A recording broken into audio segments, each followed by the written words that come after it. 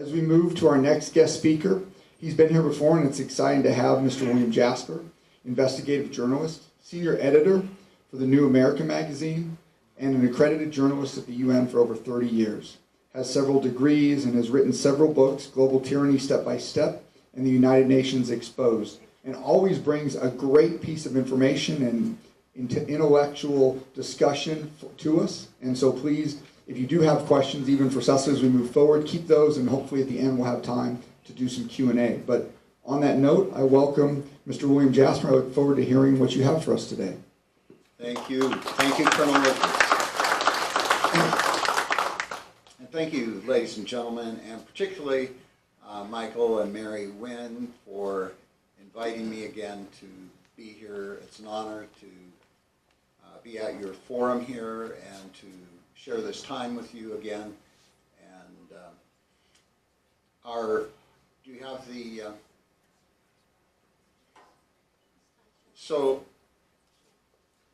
going from Cecily's wonderful talk about why we are so blessed and why we are so grateful to be here in the United States. I certainly am. I live just across the border in Idaho, but I grew up the first 12 years of my life up here on the South Hill by Manitou Park. And then I, after graduating from the University of Idaho, went down to Planet, California. And I was in exile there and other parts of the country for quite a number of years. Just made it back to God's country 15 years ago. I have a little ranch east of Coeur d'Alene where I continued to do my work. But when I went down to La La Land in the 1970s, 1976, after graduating from the U of I went to join the staff of the John Birch Society, and for a while was an undercover operative in the Communist Party, the Revolutionary Communist Party, the Socialist Workers' Party, which was a Trotskyite group, the PLO, and other nasty organizations. And I was doing this as an undercover journalist for the publications that preceded the New American magazine, and then the New American, but also for Western Goals Foundation, which Congressman Larry McDonald, Congressman John Ashbrook, Congressman Phil Crane, General Patton II, General Singlaub, Admiral Moore, former chairman of the Joint Chiefs of Staff, had started as a private internal security organization to compensate for the fact that our official Senate and House investigative committees had been destroyed and abolished by the media and the communist and ACLU operatives.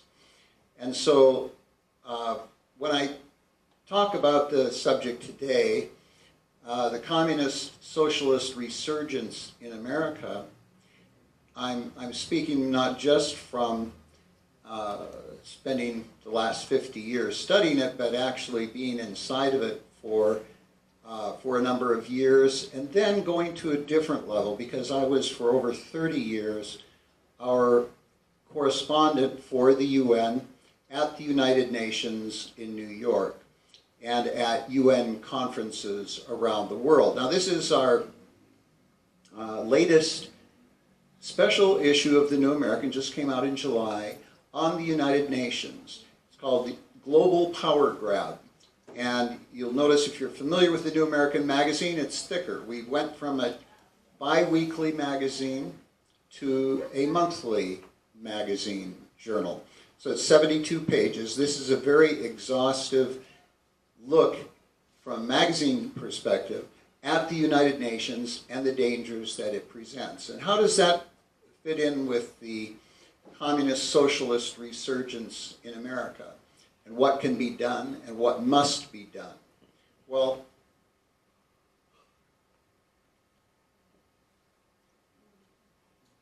probably have noticed that Zohan Mamdani in New York City is kind of the front runner for mayor there.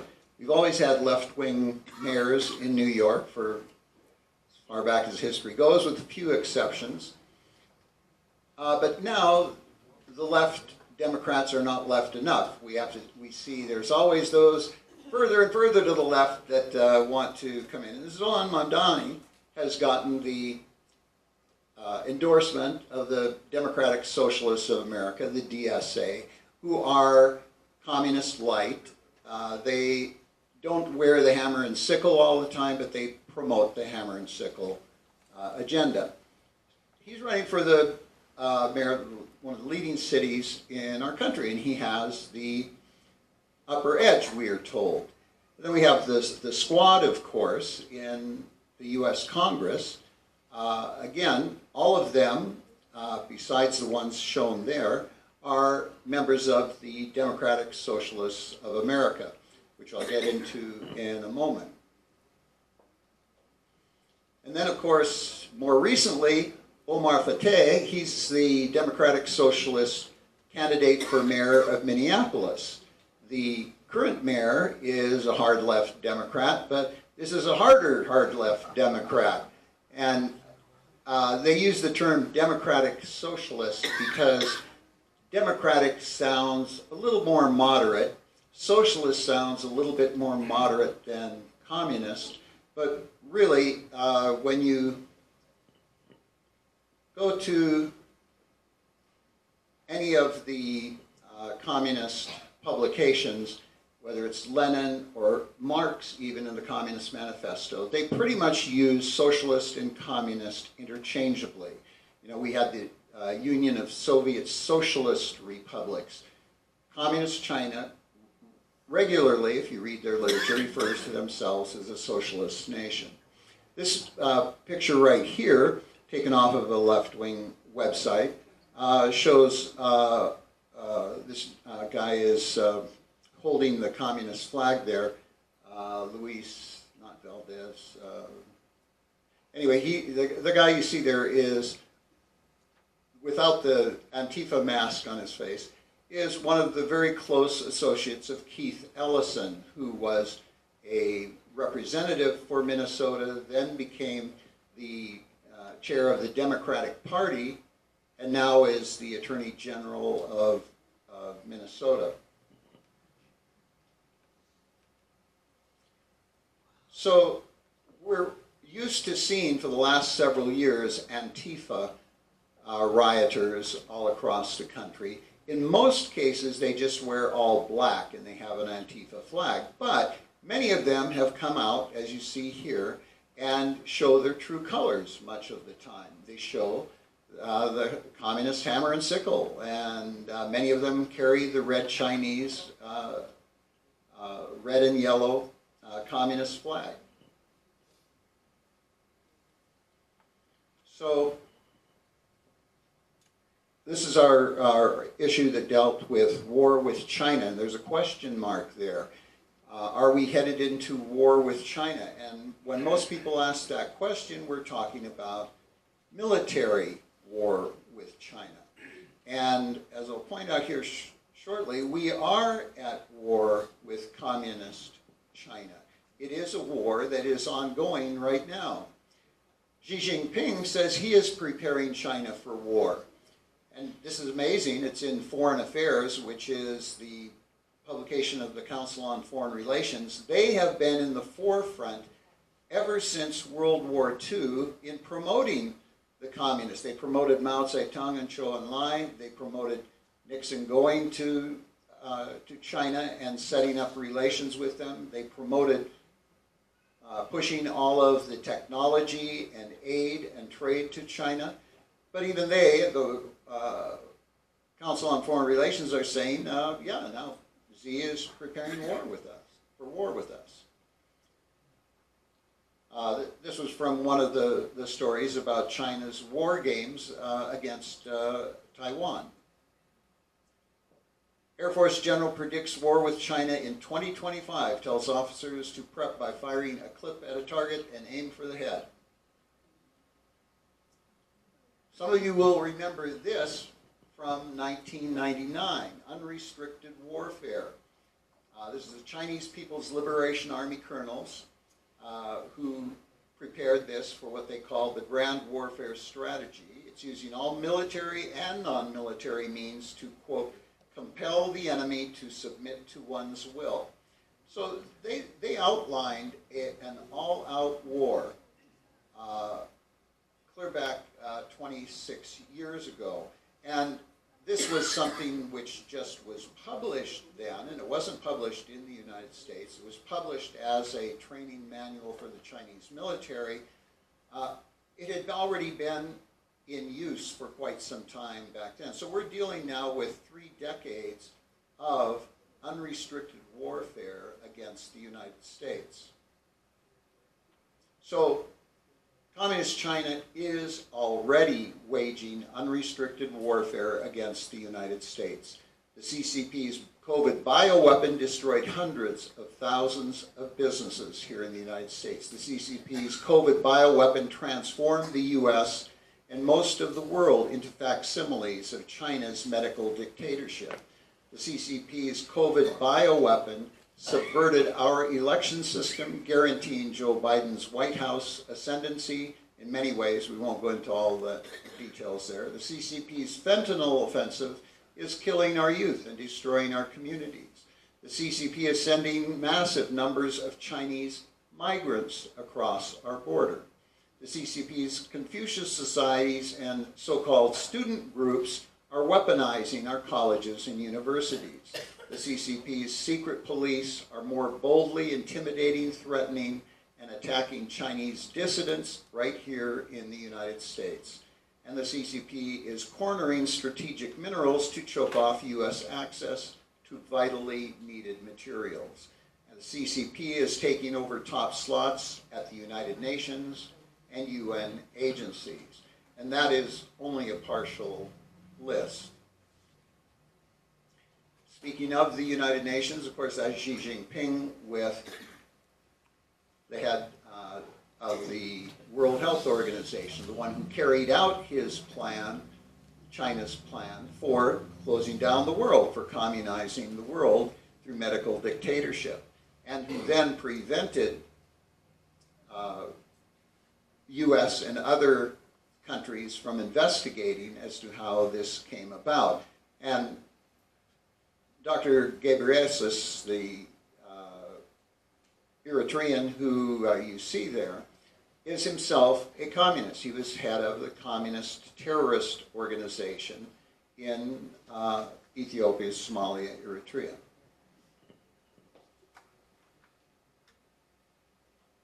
And of course, this man, Antonio Guterres, is the Secretary General of the United Nations. What was he doing before he was UN Secretary General? He was president of the Socialist International.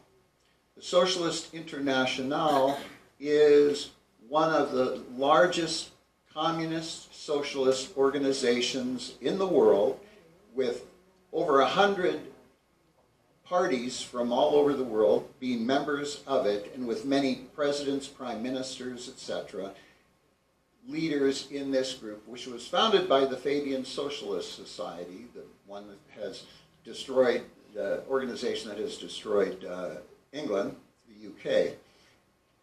And under him and his predecessors, the Socialist International has been given special privileges to put all of their people into positions at the United Nations. And in fact, they hold their official Socialist International meetings at the General Assembly of the United Nations. You don't read about that anywhere except in the New American Magazine. So you can see on a global basis, the communists and socialists are working together with the globalists in our country to create a globalist, communist, socialist New World Order. And we are paying for it.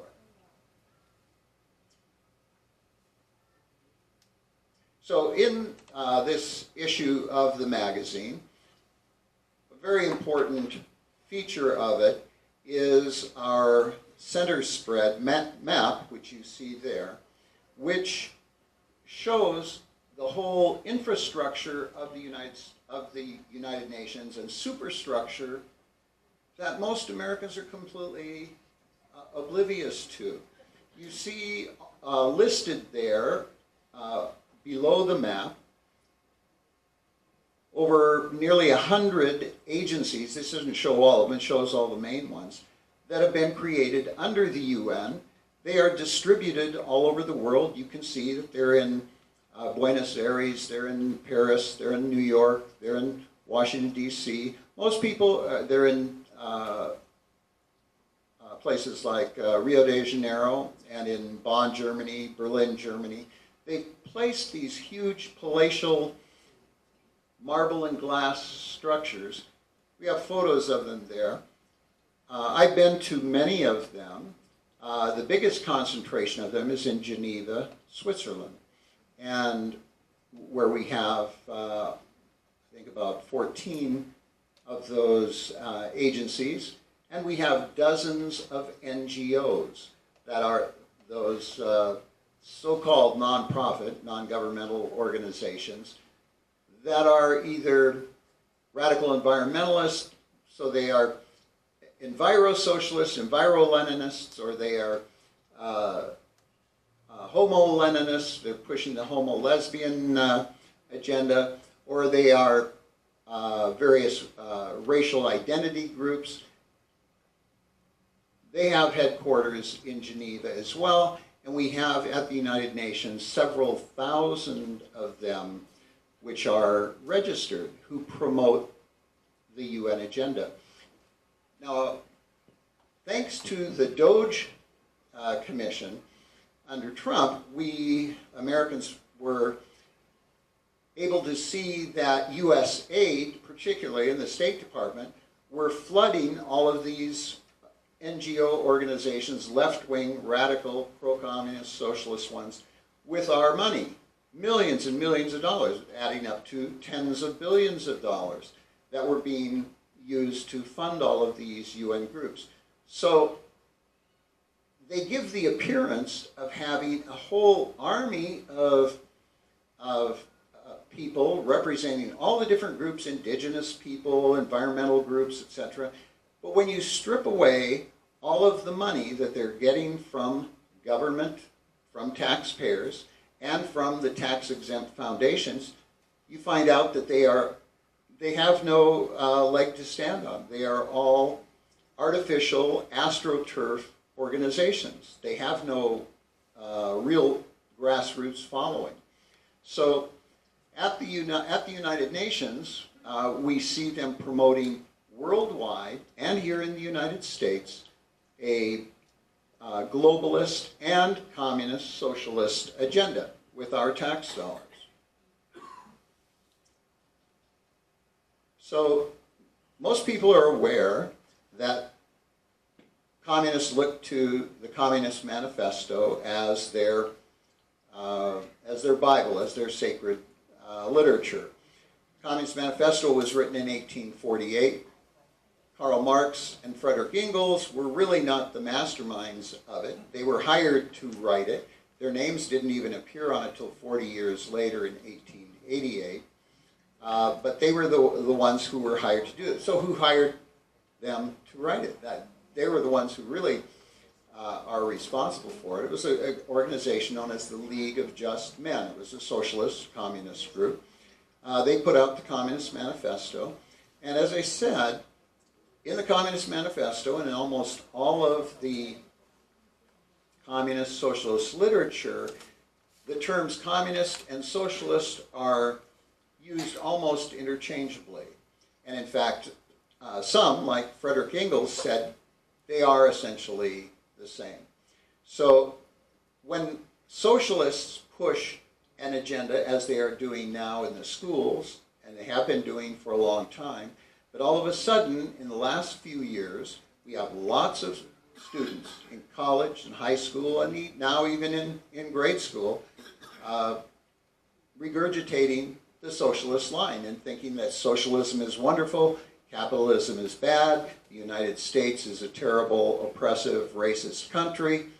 All of that is happening because we have people pushing the Communist Manifesto planks here in the United States. There are 10 planks in the Communist Manifesto that Marx and Engels put down. Abolition of property and land, having progressive or graduated income tax, abolition of all rights of inheritance, confiscation of the property of all immigrants and rebels, centralization of credit in the hands of the state by means of a national bank, centralization and means of communication and transport in the hands of the state, extension of factories and instruments of production owned by the state, equal liability of all to labor, combination of agriculture with manufacturing industries, and free education for all children in public schools. Now, if you go down that list and you look at the United States, any reasonable person would have to say, gee, we have that. We've already instituted quite a bit of the Communist Manifesto, and it was done not by communists, or at least not by people who openly called themselves communists, but by Democrats and Republicans at the federal and at the state and at the local level. And most of this has happened through the process which the communists put forward in this study. It's called How Parliament Can Play a Revolutionary Part in the Transition to Socialism. This was published in 1948. It's called Revolutionary Parliamentarianism. And what this was published, we've carried it in a number of different formats. I see Steve has a different one up there, one of our more recent covers. But we've, in the John Birch Society, have been promoting this for many years because if you want to understand how it is that we keep moving in a socialist direction, why we keep implementing these communist objectives at the hands of Republicans and Democrats, you have to understand revolutionary parliamentarianism. It was written by the Czechoslovakian communist theoretician and historian Jan Kozak. And what he was describing in this study, this was a pro-communist study. He's telling the communists of Europe how they were able to take over Czechoslovakia gradually, not by force of arms, but gradually through Parliament, through their Congress, by passing laws and using the principle of pressure from above combined with pressure from below. And so they used rioters in the street and street demonstrators and NGOs of their time, activists, to call for certain legislation. Then the pressure from above was applied by the politicians and their friends in the media. And the communists and their socialist allies had planted their people around in the government and in the media and in the educational institutions. And they were able to, as a very small minority, pass their legislation, gradually giving themselves more and more power until suddenly they could take power completely and turn it into a totalitarian communist dictatorship. That's what we've been seeing here in the United States going on for decades. It took a number of years for them to accomplish this in Czechoslovakia. It's taken much longer here because there are many more checks and balances, there are barricades, and there is resistance. But it is still happening, and if we aren't aware of it and are not opposing it, then they will succeed here as they have in these other countries. So Czechoslovakia is not the only example. There are dozens which we've reported on over the last 40, 50 years. So here's a couple of examples of what is happening here. This is a report which just came out in July, last month. The Select Committee on the CCP. This is a House committee on the Chinese Communist Party, and they've been putting out some very important reports. This one is the CCP on campus. Moulinar, that's Representative John Moulinar, he is the chairman of the committee, demands universities end joint programs tied to Chinese tech theft. So this report goes into dozens and dozens of major universities where all of our technology is being developed, much of it under government contract, much of it for defense purposes, is going directly to Communist China. So we're spending billions of dollars to protect ourselves, and then we're giving our enemy the means to completely override all of those defensive things that we've taken. Here's another one. Moulinar again, lawmakers uncover evidence of U.S. pharmaceutical companies working with Chinese military and in Xinjiang, asks the FDA to investigate. So you probably knew, if you didn't know beforehand, during COVID, much of our pharmaceuticals come from Communist China. That's really comforting, isn't it? To have your adversary, your enemy, producing your medicines, and so they can strategically withhold them from you or adulterate them in some way. So these are just a couple of the reports, and this is one that just came out recently from ProPublica, which is a liberal left organization. But they had this, a little-known Microsoft program could expose Defense Department to Chinese hackers. Microsoft has hundreds of Chinese scientists and engineers working on their programs in China on contracts that they have with our Defense Department. Does any of this make sense? I mean, every day we're told that China is a growing threat, and we know that's the case.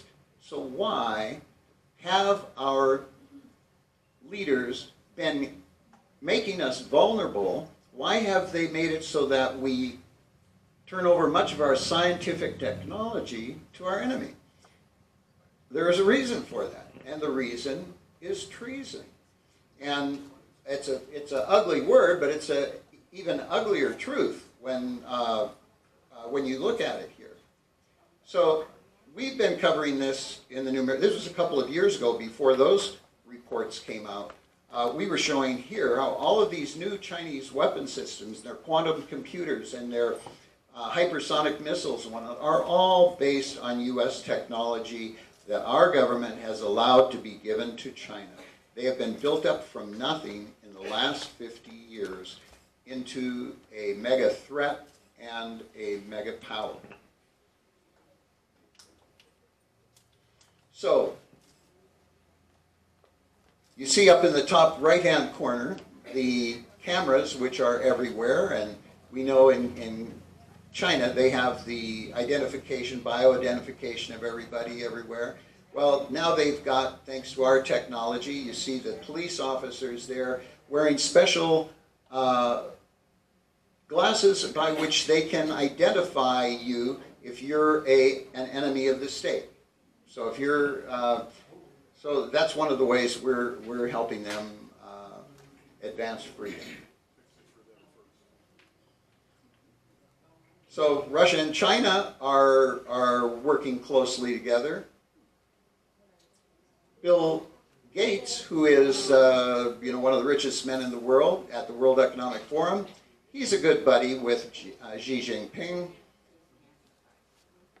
He has lots of business there, and that's why Microsoft and many of the big tech companies are working there. Henry Kissinger, of course, he's been a big one promoting that. Now, so we've been exposing this for many years. Again, May God Forgive Us was written by Robert Welch in the late 1950s, after the communists had taken over China, and went into how that happened and the betrayals within our own State Department and our own government, how we helped the communists take control there. The The same, Dr. Anthony Kubik in his book, How the Far East Was Lost, again gives background to that. More of these, we've just reprinted some of these books. The Shanghai Conspiracy goes into how all of that happened. You see, what we're experiencing now here in the 2025s really was set in motion right at the end of World War II. And some of those same globalist organizations have been calling the shots in our government up until now. And that is why there is such a fierce resistance to everything that the current administration, the Trump administration, is trying to do to change that. You might remember this guy, Alger Hiss, on the right. He was not only crucial in turning over China to the communists. On the left there is Whittaker Chambers. He's the one who identified Alger Hiss as being a communist, a high level in our State Department. But Alger Hiss was the man who was in charge at the founding conference of the United Nations and put all of his top communist colleagues into positions of power at the UN. There's some more of the books that went into that. William, do you want to save some of those for the Q&A?